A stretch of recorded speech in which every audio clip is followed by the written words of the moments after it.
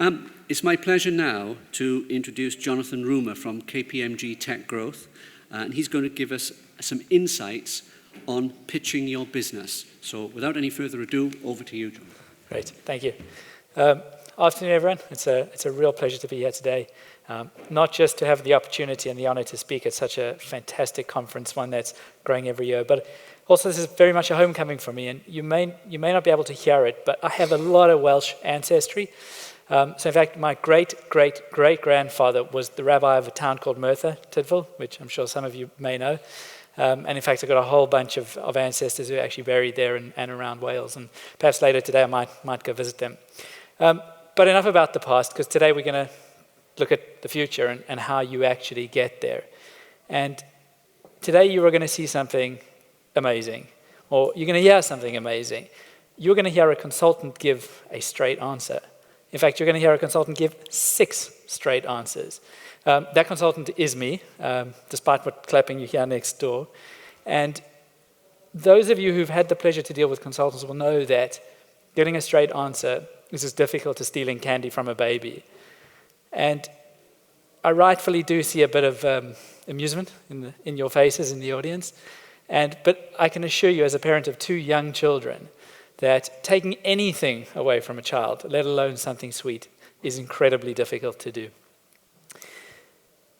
My talk today is based around a very famous book. It's a book that really is at the heart of entrepreneurialism. It's really famous. You'll absolutely recognize the author and the book when I show you the next slide. It's one of the few business books that was actually featured by Oprah on her book show. And that book is obviously Dr. Seuss, Oh, the Places You'll Go. It really is an amazing book, not just for children, but for absolutely anybody in any stage of life who's looking to move forward and do something different. That's me. That picture's about 5 years old. Hopefully I haven't aged too badly from when I first joined KPMG. So just a little bit about me and what I do at KPMG. So after school and throughout university and after university, I dabbled in the world of entrepreneurialism, and I had a few startups, everything from biometric fraud prevention in the healthcare industry through to mobile marketing and mobile adverts on cell phones about 7 or 8 years ago. Most of my ventures were almost successful, as I usually like to say, and did have some success with one of my mobile businesses, which the investor bought me out when I came across the UK. After my journey through startups, I spent quite a bit of time in academia. I qualified as an actuary and went on to get an MBA at Imperial College. And then over the last 7 or 8 years, I've been in the corporate world working from big banks to life insurance companies, and over the last couple of years at the High Growth Technology Group in KPMG. Our team works with startups. We're based in Shoreditch and have outreach across the country, and we really are here to help small and fast growth companies get there even quicker. Now, last night, when I was preparing for this, I was speaking to all the various family and trying to, get last-minute tips and advice. And my mom sent me a YouTube link to somebody who taught you how to do good body language when you're speaking. So everyone was being really encouraging. And then I spoke to my Uncle Abi. Now, Uncle Abi is really a quintessential old Jewish man. And he said something that actually just disturbed me last night. He said, I haven't spoken to my wife, Auntie Sarah, for quite a few years now. Now, this was actually really strange. They've been married for like 45 years and seemingly have an absolutely perfect life. And I said to him, Uncle Abi, what's going on? Is there something wrong that you're not speaking to Auntie Sarah? And he said, no, I just didn't want to interrupt her. So today is like that. Today, I'm probably doing most of the speaking towards the beginning part of this talk, but this is just the beginning of the conversation. This is not a one-way thing. I would like to find out from each and every one of you why you're here today, what you are looking to do, and potentially how we can help. Please tweet me, tweet the team. I'm the only Jonathan Rumer on LinkedIn, so there should be no excuses for not being able to find me. Entrepreneurs change the world. Small businesses and growing businesses are absolutely the backbone of this economy and the backbone of any growing economy in the world. When you decide to take that journey to say, I want to do something more, I want to be better, it is an absolutely incredible point in time. It's a time when you have a blank piece of paper, when you have unlimited opportunity, plenty of passion, and no shortage of options. The question really is, where do you begin? How do you get going? And the first thing that we're going to have a brief look through today is idea generation. So we're going to run through the whole journey from idea to exit, and we are going to focus on funding options today, which we'll get to a bit later. And when we understand those funding options a bit better, you'll be able to pitch your business better because you understand the mechanisms of that funding source and what those investors are actually looking for. But before you go raising money, you need an idea, you need an opportunity, you need a product. And there are two general ways that you can come by these ideas. One is active and one is passive. Passive is Newton's apple, it hits you on the head, or it's often born out of frustration, where you happen to be standing on a street corner in the rain, desperate for a taxi, and there are none. And you said, wouldn't it be great if I could push a button on my phone and a taxi would come to me? Those are passive ideas. They are rare, most of them probably aren't great, but they do happen. You also have active ideas, or active idea generation, opportunity identification. And there are two types of active idea generation. One is called tech push, and one is called demand pull. And what they are really is defined by, or the keys are in the name. Tech push is where you begin with a technology. These are your classic inventions, your mad scientists, your academics. You start with a technology, you try and find something that you can do with it. You market it, you put it on the road, you get people selling it, and then you try and figure out, well, do people actually want it? Do people actually need it? The other thing on the other end of the spectrum is something called demand pull. This starts by going around and saying to people, can you tell me something that bugs you? What are your problems? How can I solve them? Once you've identified what problems there are, you then work backwards. You do your marketing, your development concurrently, and you end up with a product that then has a market need, or you know that actually there's a market need for it. Just quickly in the room, I know this is the post-lunch session, which is always very difficult, but a little bit of exercise just to raise your hands. Who thinks tech push is the better way to come up with ideas? Okay, 1, 2, 3, not too many. Demand pull? All right, great. And those of you who are saying demand pull is definitely in the majority at the moment. And it fits very much with the whole lean startup approach and things that we'll look at soon. There is, however, a few caveats to that, because demand pull is often responsible for incremental change. So you know that there's an existing problem, and when you ask people about what they want solved, they'll tell you. Technology push is responsible often for the big leaps forward. Henry Ford famously said, if I'd asked my customers what they wanted, they would have said, faster horses. So customers don't always know what they want. Sometimes a new technology comes along that revolutionizes what's going on, and people do need to be educated about it. So while demand pull is probably easier for most startups to get into, especially when you're a non-technical founder, technology push really is responsible for the biggest jumps forward. And the best and most successful businesses and opportunities are where you can merge both, where you can find a brilliant new technology and match it to the market. Once you've got your idea, it really is now about getting building. You need to do some analysis, so you spend some time on Google figuring out, well, are people doing what I'm doing? Yes, no. In fact, if you find nobody doing what you're doing, that's a much bigger warning sign than if you do find people doing what you're doing. When I sit with people, and I have hundreds of startups who come to us over the years and tell us, they all say, yeah, I'm the only one in the world doing this. And if they say they're the only one in the world doing it, it means one of a few things. One, it means they probably haven't done their research, because there are probably a whole lot of other people who have done it. And the other option is that, well, a lot of people have tried it, but they've failed, and there's probably good reasons why they failed. Either the market wasn't there, the technology wasn't there. There is a reason why nobody's doing what you're doing. There are very few businesses who can absolutely say, we're the only people doing this. I know one or two, but it is most definitely the exception.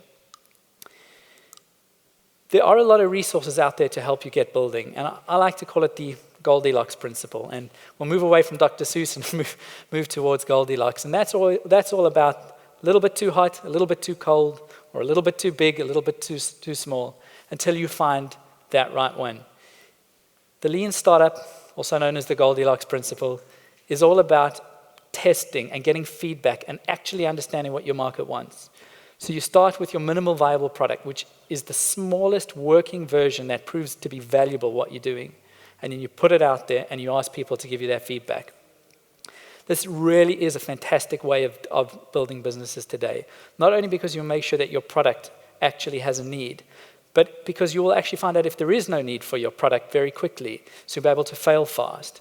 So instead of spending 2 years building out a full functional product, you could spend 6 months building out something smaller and find out there's no market for it, close the business after 6 months, and then move on to the next thing instead of wasting another 18 months.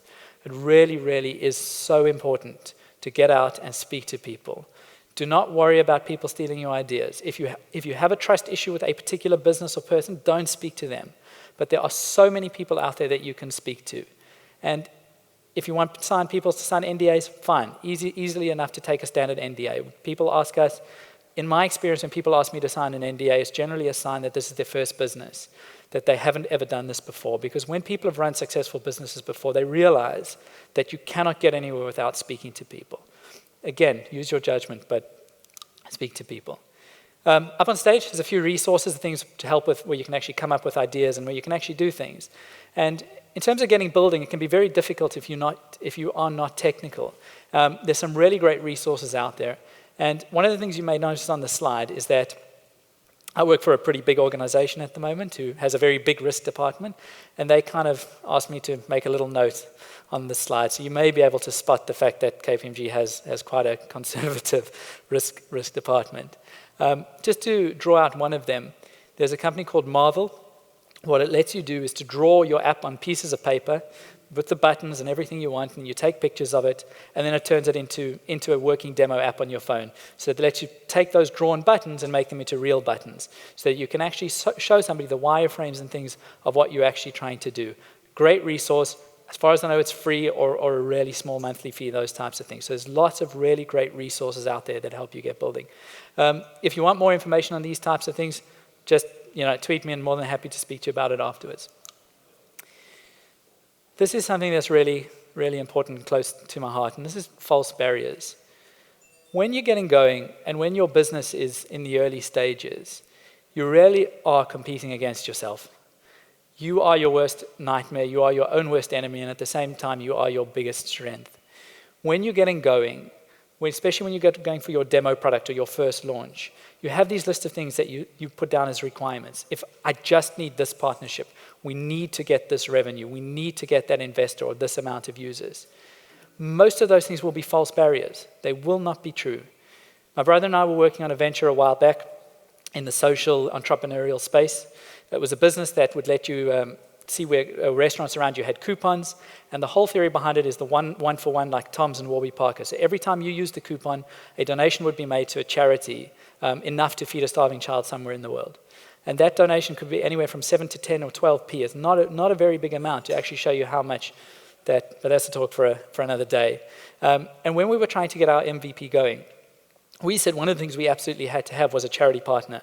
We had to have that charity on board, somebody who we could actually say, the money goes to them, they'll put up their hand and say, yeah, this is great. That was a false barrier, and that cost us a lot of time, plumbing our network to get those contacts and trying to draw up contracts and all these things. That was a complete false barrier. There was nothing stopping us from running the product and just handing a check to the charity at the end of the month and saying, by the way, the money went to that charity. That was a false barrier. Anytime you hear the words, we just, or if only, your mind should absolutely be attuned to that and say, do you really? Do you really need those things? We're going to look at funding options now and all the different various ways and means of getting there. And at each option, we'll try and look at how the motives of those investors are different, and therefore how you should pitch to them is different. And there we go. On the screen there is a whole bunch of the different fundings. There shouldn't be anything there that's too surprising. Everything from angels to crowds to accelerators, VCs, etc. And we're going to run through each of them now. But as all good consultants say, let's take a step back for a second. Before you go to speak to any investors and before you get anywhere in this journey, there are a few things that you need to know, and there's a few things that I get asked frequently. And on this next slide, you will indeed get those 6 straightforward answers. Do I need a business plan? Yes. Do I need a financial forecast? Yes. Can I send you templates? No. What goes into the pitch document? Team, product, market, and traction. What is the value of my company? Great question. It really is. Is it too early to start speaking to investors? Never. And latte or flat white? Latte. I'm just kind of old-fashioned that way. These are really, really key questions. And if we just start right at the beginning, about a business plan. When you're meeting with investors and they want to see your business plan, what is it for? So a business plan is not a Google list of directions of how you're going to get from where you are to exit. What the investor sees in your business plan is your ability to articulate your business, your product, and your market, to see that you know what you're talking about. They want to know that you're able to identify your own strengths and weaknesses, and that you're able to understand what opportunities and threats there are in the industry, in the market. They want to know that you've identified your competitors and that you understand why you are better than them, or why you are cheaper than them, or why you are the same, but you have better access to the market than they do. So it doesn't really matter if you say, in month 1 we're going to do this, in month 2 we're going to do this. It's about seeing your understanding of your own market. And similarly with the financial model, is that in your financial model, the numbers are actually irrelevant. They don't matter. They're never going to be right at all, especially towards the beginning of a business. So people often say to me, well, why do I need one then if it's all rubbish anyway? And again, it's not about the numbers, it's about the process. If you have a good financial model, it will show what the drivers of revenue are and the drivers of the cost. It will show that you understand your business. If you're running a SaaS business and you leave out costs related to running servers and things and paying for server time and stuff, that's not really a great reflection on you. And when it comes to something like marketing, I don't care if you've got £1,000 in there a month or £10,000 a month. What I care about and what investors care about is, can you justify what you put that in for? Why did you go with 1,000? Why did you go with 10,000? You said you're going to use it for Facebook and Twitter. Do you know what the conversion rates are going to be? And how is that then going to affect your user growth or your revenue growth? So it's about being able to justify the numbers in there. That said, there are a few things you should probably do in your financial model. Make sure everything sums up. Excel is really tricky, but make sure it works. Also, if you're a founder and you need a salary and that's going to be part of your fundraising, that's okay. Keep it reasonable. I had a founder who put in an £80,000 salary in year 1. I gave him a bit of feedback that might not be the best idea. He never got back to me, and I don't think he raised the money. But just be reasonable with those things. Everybody understands that everyone needs to earn a living. And often if you put your salary, but you link it towards performance, and you start low and say it'll ratchet up as you do better, then you know what, nobody can argue with that. Is it too early to speak to investors? No. Now, that's not to say if you've just got an idea, you should go knock on Index Ventures or Balderton's door and say, listen, will you invest? But what you should do is you should go start speaking to people and saying, this is what I'm working on. In 3 to 6 months' time, I will be raising money. Can you tell me what you would like to see from me in 3 or 6 months' time that would make it likely for you to invest in my business? It's really simple. People will tell you.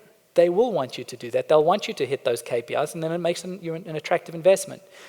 It's kind of like being back in school and being given the exam 3 months before you need to write it. It's a really, really simple thing to do. But not a lot of people do it. And again, I just prefer a latte to flat white. So tonight in the US will be one of those big events in about 3.5 hours' time. Tim Cook will take the stage at Apple for the beginning of the Worldwide Developers Conference, to that magic stage, which, to be honest, is a personal dream that one day I'll be standing on there wearing a black turtleneck and channeling Steve and going to utter those absolute magic words one more time. Now, I will say those words now today. Thank you. But unfortunately, it's not for the new iPhone 7. It's for something else that's really, really, really important, and that is SEIS and EIS. The Enterprise Investment Scheme, and then the seed version of that, which is kind of the baby brother. Now, this is a really great government scheme that helps investors invest in early-stage businesses. And by making it less risky to invest in your businesses, it means you're going to have a much greater chance to raise money. Very simply, if a private investor puts £100,000 into your business, under SEIS, they will get 50% of that back through their income tax. So they have effectively only put in $50,000. So they de-risk by half. There's lots of other benefits for it. Businesses can raise up to £150,000 in total under SEIS and $5 million per year under EIS, which is absolutely fantastic as well. The other big benefit is that when the business does very well and investors exit, if they've held the shares for 3 years, they don't pay capital gains. So it is an absolutely fantastic thing. It takes about 4 to 6 weeks to get advanced assurance from HMRC, so as long as you're more than 4 to 6 weeks away from fundraising, you should do the application. It's about sending your business plans and telling HMRC what you're doing, and as always, there's terms and conditions apply, but most young businesses should qualify without too much hassle, unless you're in the fintech space or asset-backed businesses, which are a little bit more tricky. Bootstrapping and friends and family. So bootstrapping is not really a way to fund a business in theory, but it is a great way to start any business. And one of the things that you're going to come across when looking at any types of funding at any stage of a business is a balance between valuation and time to market, or dilution and time to market. The more you do, the more users you have, the more revenue you have, the more awards you win, the more traction you've got, the higher your valuation. So the more you can do before going for money, the higher your valuation, the less you dilute. You have a bigger piece of a bigger pie. On the other side, if you take in money, it generally speeds up the process. You can hire extra developers, you can do more marketing, you can get into the market quicker, which should then hopefully push your valuation up quicker, but you'll obviously have a smaller piece of the pie. So whenever you're raising money, you have to look at that balance and say, is it worth it for me slogging it out for another 6 months and retaining a bigger piece? Or do I have to actually get to market within 3 months and have a smaller piece of the pie, and hopefully the pie will be so much bigger because I got there quicker? There is no right answer to that. It is a very difficult thing to decide, but you need to understand both consequences, and then you can make the decision for yourself. Frugal founders make happy investors. So that's not to say that if you've proven yourself to be a tight ass or really cheap, that's what investors are going to want. They want to know that when you spend their money, you're spending it wisely. You're spending it on things that add the most value, like a great accountant. We're an accounting firm. Come on, please. Also, if you can do a lot bootstrapping, if you can show the traction that you can gain on your own, then you can say to the investors, look what I've done on my own, imagine what I can do with more resource behind me. It's about strapping a rocket on. It's not about, all right, we can go from A to B. It's about going from A to F immediately, jumping a whole bunch of steps. Bootstrapping can be difficult for non-technical founders, but there are a lot of resources, some that I mentioned earlier and some more that will come up just now. And the more you can do, the better. Often the first funding that a lot of companies will get is from friends and families, and a lot of people call it friends, families, and fools. But to be honest, I think if somebody's prepared to give you their money, you should never ever call them a fool, no matter whether the fact that they are. I think that anybody who ever gives their money needs to be treated with the utmost respect. So when you get money from friends and family, there's a few things that need to be considered. Now, firstly, mostly, and you'd hope that these people actually have your best interest at heart. So the negotiation shouldn't be too tough. The terms should be pretty flexible, and in fact, there probably won't be any terms, which is definitely a problem. The money can probably come in a lot quicker and be a lot more flexible. But there are a couple of downsides that you have to consider, and one of them is around affordability. If your Auntie Jane has got a £10,000 pension and she's 55, she probably cannot afford to give you £5,000. Most early businesses will fail, and even beyond that, those that succeeded will take several years before there is any liquidity or exit events for anybody to get their money back. So you have to absolutely consider that any money that you take from somebody will be lost. And then if it isn't, it is a bonus. And if the business fails, these are people you still have to spend a lot of time with in many years to come. Can you actually face them? Now, it is a tough one, because if you go to a VC and say, or an angel investor and say, I haven't taken any money from friends and family, but I want money from you, they may say to you, well, if you're not prepared to take money from them, if they're not prepared to trust you, why should I trust you? But you know what, life is difficult, so you've got to have your answers prepared for that. If you do go down this route, you do need to formalize it. You must sign contracts, you must sign shareholders agreements. It will go a long way to preventing issues later on. No matter how much you love your dad and your brother and your sister and your aunt, keep it formal. Let everybody know where they stand. And that could be between a loan or equity. And sometimes a loan might be preferable in this case, so that you get your money, and then as soon as you get more investment in, you get more professional money in, you can repay your family. Now, that'll mean they don't have any upside in the business, but at least they get their money back. So it's definitely something that needs to be considered. Angel investing is, without a doubt, the most common form of investing for early-stage businesses, and one that I'll focus on a little bit more now. There are about 18,000 angel investors in the country, in the UK, investing somewhere around £1 billion a year. That's 2.5 times more money that gets invested in through angels than through VCs, and it's a lot more granular. Now, The average angel will probably invest somewhere between 10 and 250,000 pounds, but you do get some angels who I've seen write £1 million checks, but they are slightly less common. Angel syndicates do often work together and then will invest up to £1 million. Now, it's very important to know that angels are not all created equal. When you are taking angel investment on, it is coming from an individual, from a person, as opposed to a VC, which we'll discuss later. So their motives are going to be very different. This is their money they're investing. They're not investing here to get a carry or fees. They're investing because they believe in you. And at the early stage of the business, that's what it's all about. It's going to be about the team. The most important part is the team, is the founders and the people behind it. So when you're pitching to an angel, you need to focus on yourself and your partners and who the people involved. Now, an average idea with a fantastic team will work, but a fantastic idea with an average team will highly likely fail. It's all about the team. So you want to show what you've done. And if you've got a successful exit, great. That makes life easier. But you know what? It doesn't have to be that. It can be anything to show the fact that you are the right person. You need to show the passion, and you need to sell yourself, because ultimately that's what the angel is investing in. And at the same time, while you're busy selling yourself to them, you need to make sure that they are the right people. Do not grab the first money that gets thrown at you. And it might be the best deal, but you need to evaluate it properly. And I say that from personal experience. When my first business that raised money from an angel, and it was one of the first investments he had done. We celebrated that night that we finally got somebody who, we managed to convince to give us money. And he celebrated he'd made his first investment, but at the same time, neither of us knew what we were doing.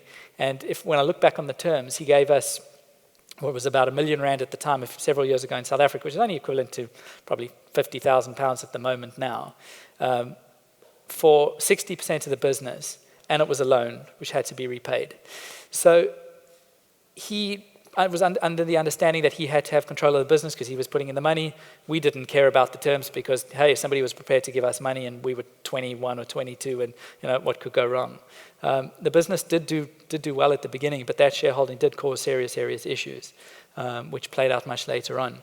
So when you take angel investment, you need to be sure of the terms, and you need to be sure that the angel understands the terms and why it doesn't make sense for them to have a majority of the business. It really doesn't. And you will see that as soon as somebody gives you problems about the terms and they really are asking for onerous things, it probably is because they are relatively new to angel investing. Beyond the money, it's very important that the person who you choose to partner with can offer more than just the money. It's very important that they can bring something like their network, further funds coming on, or access to clients, because ultimately you need a lot more than money in the beginning. Crowdfunding, for those of you in the room this morning, there was Kieran, who I know quite well from Crowdcube, was here, and they spoke about crowdfunding. I'm a big fan of crowdfunding. I think it's absolutely fantastic for the appropriate businesses. 3 types of crowdfunding in general: equity, donation, reward. So equity, you're selling part of your business. Donation, if you can get it, people's giving you money for nothing. And reward, which is very big on Kickstarter, where you're basically pre-selling a product, or you're going to send them a really nice smiley face hat. Crowdfunding takes a lot of effort. It is not one of those things where you put it online and hope it goes viral. Doesn't really happen. You need to put a big effort into it. You need to work hard at it, and you need to make sure that you have 10 or 20 or 30 or 40% of that investment beforehand, before it goes on the platform. Companies that have to reach 40 or 50% of the investment almost always go on to raise the full amount. So you have to make sure that you can get that first amount in. One of the other benefits is that you do get market engagement. You can get a whole community of people who actually believe in your product.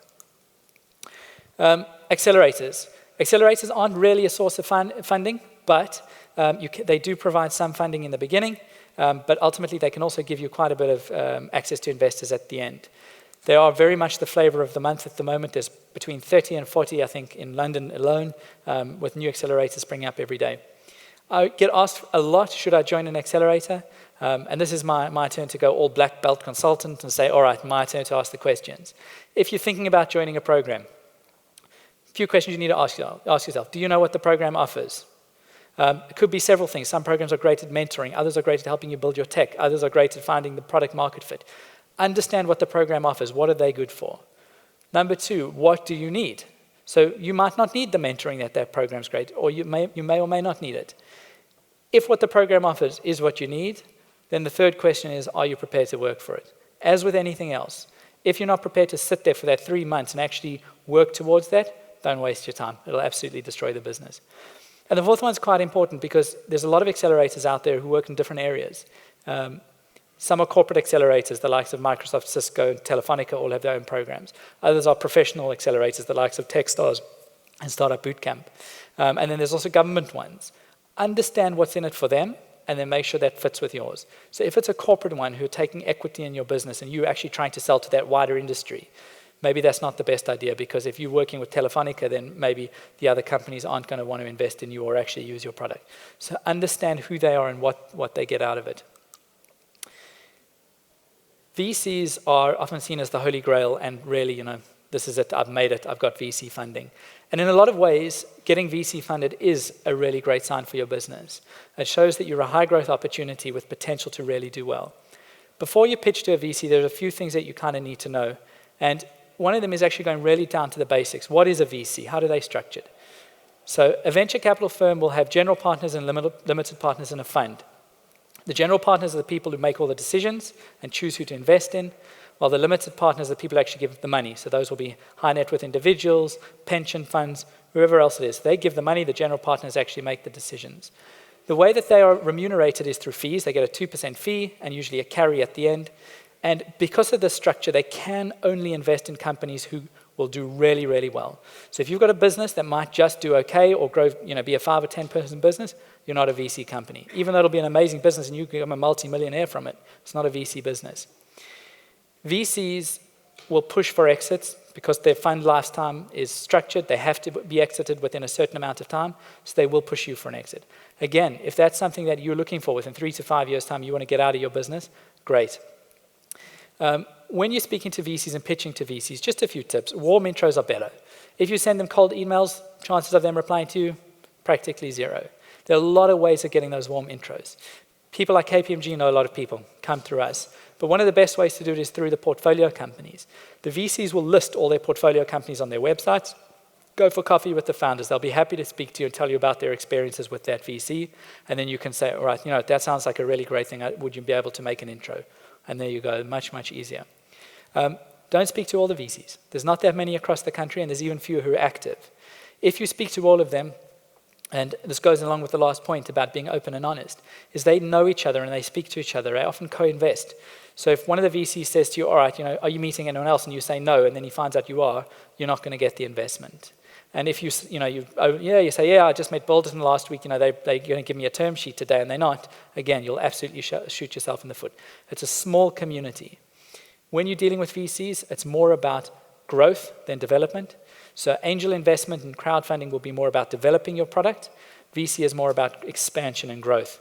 So if you are trying to build your first version of the product, there's no point in speaking to a VC. And if you take VC money, it's probably bad for the company. The last two types of funding, very briefly, banks and debt, and then grants. I had a picture of Grant Mitchell there for grants, because one of my colleagues suggested that everyone in this country would know who Grant Mitchell is, but my brand team took it out and replaced it with what probably is supposed to be a government building of some sort. Banks and loans, very difficult to get any sort of loan in the early stages. You need to have cash flow and trading history to get loans, practically impossible to get from a bank. That said, there is a whole huge market of P2B, which is growing and is incredible. Grants can be difficult to get, a lot of admin, but if you do get grants, it's a fantastic thing to do because there's potentially no strings attached and there's no dilution. But lots of admin and often easier to get somebody to help you along the way. Here's a whole bunch of resources. Don't worry, it's only going to be up shortly, but if you tweet me again, happy to send it. There's a whole bunch of accelerators and VCs and things that are out there. And when you actually get to that next stage, there are going to be a lot of challenges. And one of those biggest challenges will be people. And there are lots of ways to incentivize people. And one of those is something called an EMI scheme, which lets you give options to your staff. And if you'd like to know more about that, let me know afterwards. When you reach the end, exit.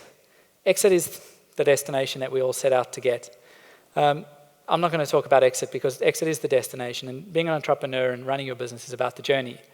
It's about the highs and the lows and the ups and the downs and the knocks and the celebrations along the way. So when you get to the exit and when you are famous, that's brilliant. And you know what? You're just going to start all over again and you're going to start in your next journey. And the only thing I have left to say is, You know what? Find your mountain and get on your way. Thank you.